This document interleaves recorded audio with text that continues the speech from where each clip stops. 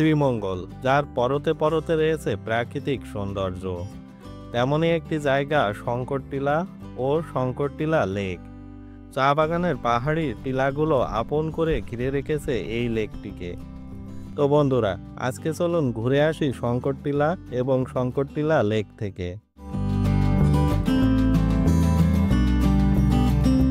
শ্রীমঙ্গল শহর থেকে শ্রীমঙ্গল সরকারি কলেজ রোড ধরে কিছুটা পথ পাড়ি দিলে আপনারা পেয়ে যাবেন ছোট্ট একটি বাজার ভাড়াউড়া। এক্ষেত্রে আপনারা সিএনজি চালিত অটো অথবা রিক্সা ব্যবহার করতে পারেন, তবে আমি এই যাত্রায় বাইক ব্যবহার করেছিলাম। আচ্ছা, আরেকটু বিষয় বলে রাখি, ভাড়াউড়া পর্যন্ত অটো কিংবা রিক্সাগুলো আসে। সময় লাগতে পারে 10 থেকে 15 মিনিট, তবে এইখান থেকে শুরু হবে পাহাড়ি পথ।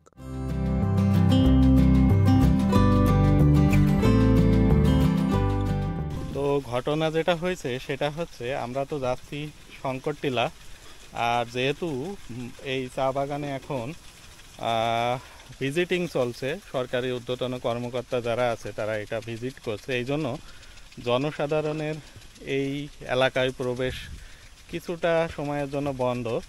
তো যেহেতু আমরা মন্দিরে যাচ্ছি, এই কারণে আমাদের খুব একটা বেগ পোয়াতে হয়নি। তো চলুন আমরা আবার সামনের দিকে আগাই।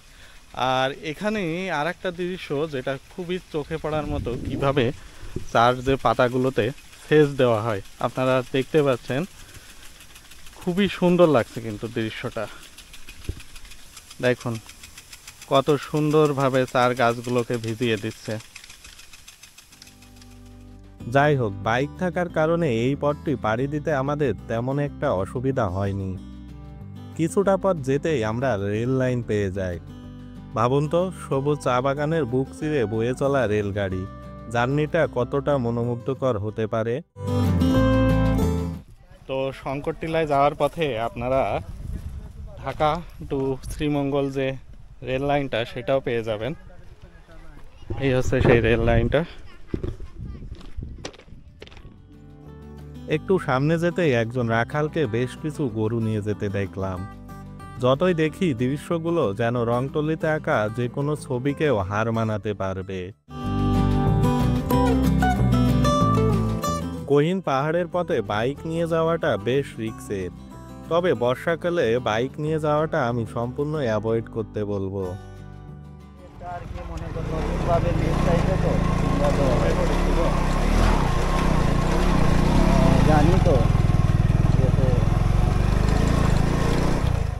সর্বশেষ আমরা ভাড়াউড়া গহীন চা বাগানে চলে আসি। শঙ্কর টিলায় উঠার প্রথমে আমরা হনুমানজির একটি মূর্তি দেখতে পাই। তো বন্ধুরা, এখন আমি আছি একদম গহীন জঙ্গলের ভিতর, যেটা হচ্ছে ভাড়াউড়া চা বাগান। আর আজকের গন্তব্য আছে শিব শঙ্কর মন্দির, যেটা শঙ্কর টিলা নামে পরিচিত। আর এই মন্দিরে আসার জন্য আমরা বেশ খানিকটা পথ অতিক্রম করেছি, আর প্রায় কাছাকাছি আছি। তো ঠিক মন্দিরে যাবার পথে আমরা একটা হনুমানজির মন্দির দেখতে পেলাম। তো এই হচ্ছে হনুমানজির মন্দির। শঙ্কর টিলা ওঠার পথে প্রথমেই আমরা হনুমানজির একটি মূর্তি দেখতে পাই, যার পাশ দিয়ে শঙ্কর টিলায় ওঠার রাস্তা ছিল।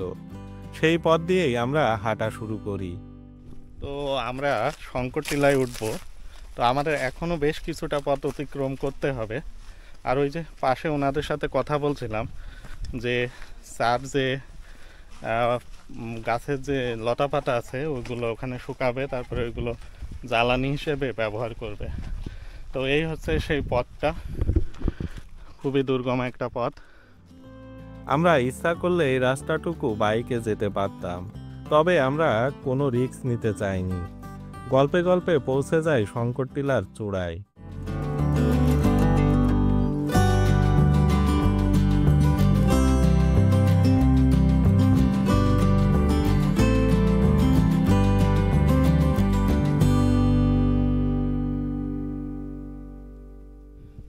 তো ফাইনালি আমরা চলে আসলাম ভাড়াউড়া শিব শঙ্কর টিলার উপরে অবস্থিত যে শিব মন্দির, সেখানে পাহাড়ের চূড়ায় বিশাল গাছের নিচে শিব শঙ্কর মন্দিরটি অবস্থিত। মূলত শিব ঠাকুরের নাম অনুসারে এই টিলার নামকরণ হয়েছে শিব শঙ্কর টিলা।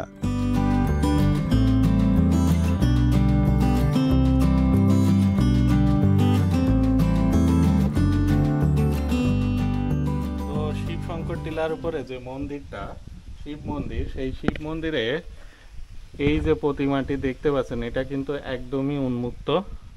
তো যে সকল ভক্তবৃন্দ আছে আপনারা এখানে আসতে পারেন এবং এখানে বাবার পুজো প্রতিনিয়তই হয়। আর এছাড়া যে শিব চতুর্দশী আছে সেই সময় এখানে খুব জাঁকজমকভাবে উৎসবটা করা হয়। তো এই হচ্ছে মন্দিরের পরিবেশ। আর মূলত এখানকার যে চা বাগানের শ্রমিক আছে এরাই এই মন্দিরটা রক্ষণাবেক্ষণ এবং এই মন্দিরের কার্যবলী পূজা অর্চনা করে থাকে। তো এখানে আমরা এক কাকাকে দেখতে পেলাম।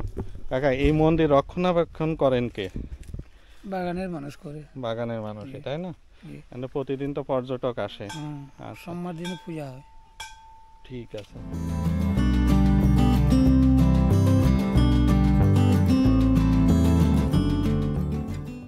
যেদিকে চোখ যায় সেদিকেই সৌন্দর্যের হাতছানি। তো বন্ধুরা, শিব শঙ্কর যে মন্দিরের ঠিক পাশেই রয়েছে শঙ্করটিলা লেক। আসলে এই পাহাড়টার নামই বলা চলে শঙ্করটিলা। তো এই লেকটা অসাধারণ একটা দৃশ্য। এটা আসলে চোখে না দেখলে বোঝা যাবে না, মনে হচ্ছে এটা একটা ছবির মতো দৃশ্য। তো খুবই সুন্দর একটা জায়গা। তবে আমার কাছে যেটা খারাপ লাগছে, এখানে যে পর্যটকরা আসে দেখুন এখানে প্রচুর ময়লা আবর্জনা এরা ফেলে রেখে যায়। তো আমি তাদেরকে অবশ্যই নিষেধ করব যে আপনারা যারা আসেন তারা এই সব পলিথিন ময়লা এগুলো নিজেদের একটা যে কোনো একটা নির্দিষ্ট স্থানে ফেলবেন। সবুজে ঘেরা চারপাশ, চা বাগান, আর তার মাঝখানে বিশাল লেক। আর এই লেক থেকে আশেপাশে চা বাগানে সেচ দেওয়া হয়। আর এখানকার যে লোকজন আছে তারা যে কত সাধারণ এবং কতটা সাধারণ জীবনযাপন করে সেটা এখানে না আসলে বা এদের এই মানুষগুলোর সাথে না মিশলে বলা যায় না। তবে এই যে শঙ্করটিলায় যে লেকটা দেখলাম এটা অসাধারণ। এখানে কিন্তু অতিথি পাখিও রয়েছে বেশ কিছু, আমি এখান থেকে দেখতে পাচ্ছি। উঁচু উঁচু টিলার মাঝে এই লেকের প্রাকৃতিক সৌন্দর্য আপনার চোখের এবং মনের প্রশান্তি নিয়ে আসবে। ঝিরি ঝিরি মৃদু বাতাস, সাথে লেকের অতিথি পাখির ডাক এক নিমেষেই আপনার মনকে প্রাণবন্ত করে তুলবে। তো শঙ্করটিলার সব থেকে দর্শনীয় যে জায়গাটা আমার মনে হয়েছে সেটা হচ্ছে এই লেকটা আমার কাছে খুবই সুন্দর লাগছে, খুব খুব খুব। আর এখান থেকে এখন চা বাগানে যে চা গাছগুলোতে সেচ দেওয়া হচ্ছে আপনারা সেই দৃশ্যটা দেখতে পাচ্ছেন। ক্যামেরাটা কতটুকু আসছে জানি না। তো এই যে একটা দৃশ্য এটা আসলে অসাধারণ, এটা বলার মতো না। তো এইগুলো চোখে দেখলে আসলে সব থেকে সুন্দর লাগে। তো যদি আপনারা কখনো আসেন এই জায়গাটা আসলে আপনার মন অন্তত ভালো হতে বাধ্য থাকবে। তো বন্ধুরা, এই ভাড়াউড়া যে শিব শঙ্কর টিলা, এই টিলায় আসার পিছনে আজকের এই যে দুই ভদ্রলোক, আমার ভাই শুভ আর ওইদিকে সুজন, ওদের ক্রেডিটটা আমি পুরোপুরি দিচ্ছি। আর এখানে যারা আসবেন, আসলে এখানকার যে প্রাকৃতিক যে মনোরম পরিবেশটা আপনাকে অবশ্যই মুগ্ধ করবে। বিশেষ করে এখানকার যে শঙ্কর টিলার পাশে যে লেকটা আছে, এই লেকটার যে সৌন্দর্য আসলেই প্রকৃতিকে এক অপরূপভাবে ধারণ করে। তো বন্ধুরা, আজকের ভিডিওটি এ পর্যন্তই। দেখা হচ্ছে নতুন কোনো ভিডিওতে। সে পর্যন্ত ভালো থাকুন, সুস্থ থাকুন। আর আপনাদের যে কোনো মতামত থাকলে কমেন্টস করুন অথবা আমার সাথে ফেসবুকে কন্ট্যাক্ট করুন। তো দেখা হচ্ছে নতুন কোনো ভিডিওতে। সে পর্যন্ত ভালো থাকুন, সুস্থ থাকুন। টাটা।